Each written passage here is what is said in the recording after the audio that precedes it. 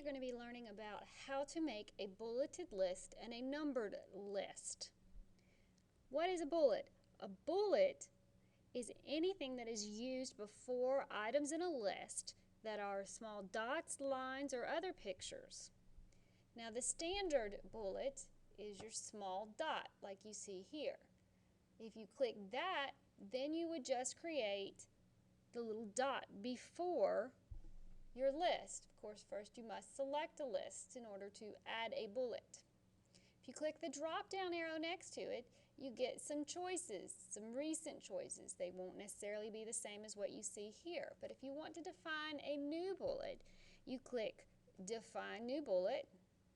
Then if you want to get very special, you can click Symbol and use the scroll down and go down to some very interesting ones that you can use, a little pictures. Some common ones would be webdings, which is this one, wingdings, wingdings 2, wingdings 3, and zapdingbats.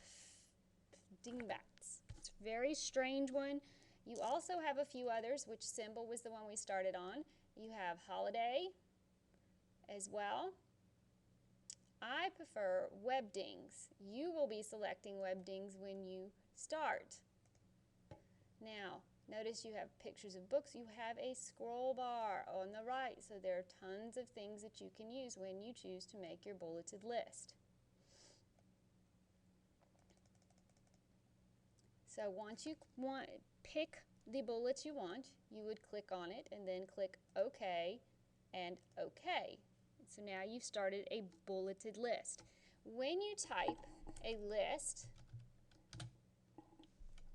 notice how the first letter was automatically capitalized. This is your autocorrect setting. That means that the computer automatically corrects the first word in any list. Now, make sure that you're clicking the drop-down arrow.